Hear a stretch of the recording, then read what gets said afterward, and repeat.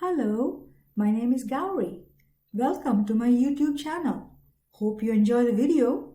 Please show support by subscribing. Thank you. Burmese lacquerware artist at workshop in Bagan. Bayunong from year 1550 to 1581 was the king of Tangu dynasty of Myanmar, and his 31-year reign was referred to as the greatest explosion of human energy ever seen in Burma. King Bayunang assembled the largest empire in the history of Southeast Asia, including much of the modern-day Myanmar, the Chinese Shan states, Lan Na, Lan Xang, Manipur, and Siam. His conquest brought back large numbers of skilled craftsmen into Burma. Bagan is famous as the center of Burma's thriving lacquerware industry, established nearly 2 centuries ago and still practiced in the same traditional manner. It is thought that Yunde or lacquerware in Burmese, the art called Panyun, was introduced during this period by imported artisans belonging to the Yun or Lao Shan tribes of the Chiang Mai region. Lacquerware is an art and also a product that is beautiful, strong, and durable, and if cared for properly, it can remain as a family heirloom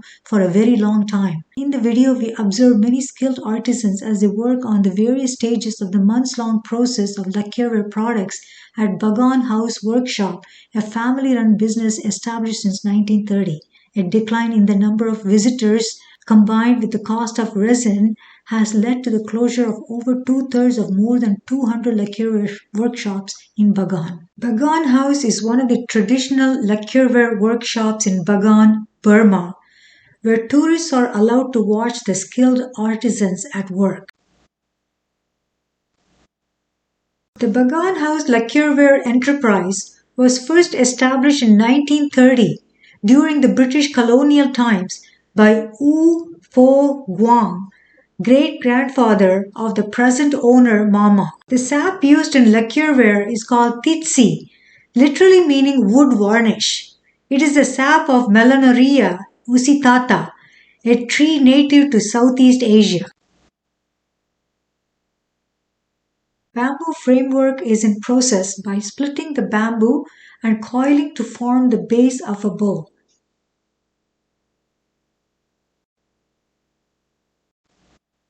The lacquer is the sap tapped from the varnish tree or titsi that grows wild in the forests of Myanmar, formerly known as Burma. It is straw-colored but turns black on exposure to air. When brushed in or coated on, it forms a hard, glossy, smooth surface resistant to moisture or heat. The most distinctive vessel is probably a rice bowl on a stem with a spired lid for monks called zunoke. In order to produce a good piece of lacquerware, its surface must be painted on the inside and outside with lacquer first and then stored in a dry cellar. The lacquer is applied in at least 8 and up to 16 different layers. For soft and flexible final products like drinking cup, horsehair can be used.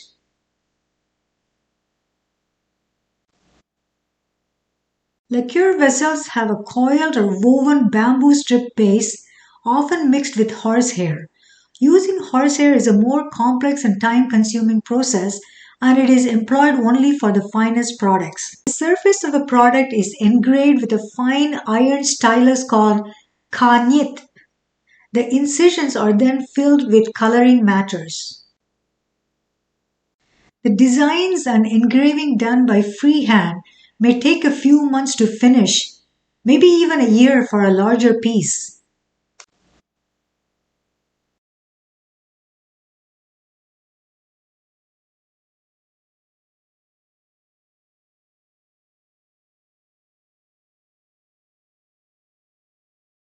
Yun theta, or rectangular boxes used for storing various valuable articles, including pesa or palm leaf manuscripts. The craftsman or craftswoman carefully paints in freehand the outline of a design with a water-soluble solution of yellow or pigment and neem gum called Azadirachta indica.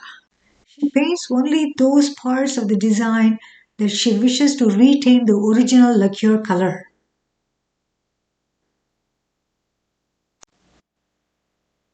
Production of lacquerware embellished with gold leaf designs is referred to as Shwe Zawa work in Myanmar. It is less time consuming but requires great skill on the part of the craftsman. Gently washing off only to reveal the shining gold inlay of the exquisite workmanship.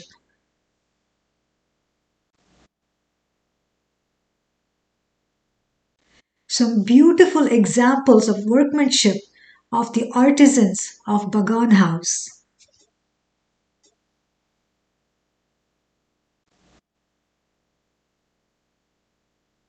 Hi, I hope you enjoyed the video. See you next time.